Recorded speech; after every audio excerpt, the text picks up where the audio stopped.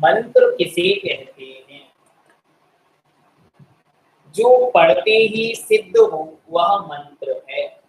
जिसे पढ़ते ही मंत्र की सिद्धि हो जाए, जिसे पढ़ते ही जीव आनंदित हो जाए, जिसे पढ़ते ही जीव कुछ प्राप्त कर ले, उसका नाम मंत्र है।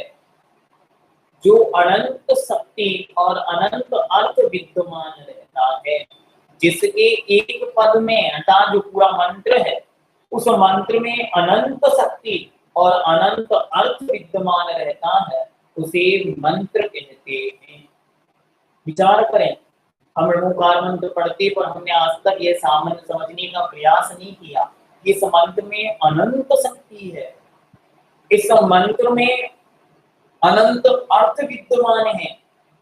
जब तो आचार्य भगवंतों ने लिखा इस मंत्र से 84 लाख मंत्रों की उत्पत्ति हुई है। क्यों? क्योंकि इस एक छोटे से मंत्र में अनंत अर्थ निहित हैं और अनंत अर्थों को प्रकट करने वाला यह मंत्र है।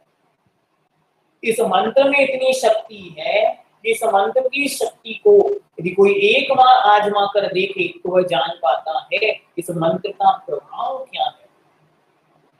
पूज्य रामायण भगवंत शांति सागर जी महाराज विराजमान थे और सामायिक करने बैठ रहे थे, जंगल में स्थित थे।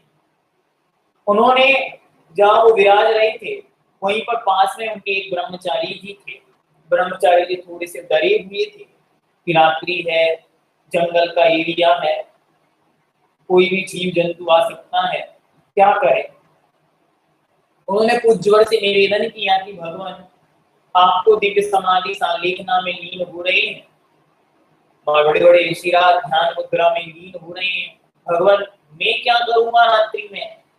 तो पूज्यवर ने कहा एक लकड़ी उठाओ। लकड़ी ली और उन्होंने कहा ऋणोकार मंत्र पढ़ते हुए जहां ये पेड़ है, इस पेड़ की चारों तरफ से एक सर्किल बना दो, एक गोला बना दो।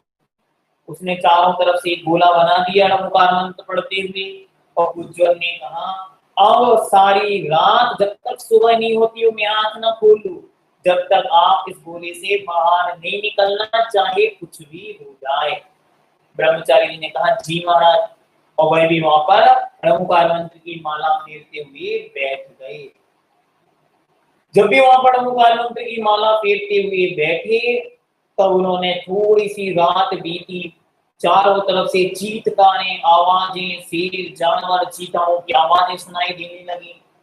और भी उन्होंने चारों तरफ यूं घूमने लगे शेर जानवर आकर, लेकिन कोई भी जानवर, कोई भी जीव उसके अंदर प्रवेश नहीं कर पाया।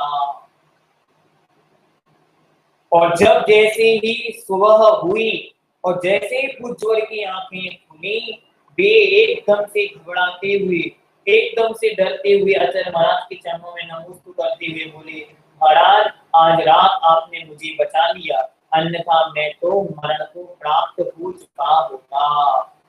तब आचार्य महाराज हंसते हुए बोले जिसके पास ऋणोकार मंत्र की शक्ति हो वह कभी भी भय को प्राप्त नहीं होता, ना ही उसका कभी अकाल मरण होता है, ना ही उसे कोई जीव मार सकता है।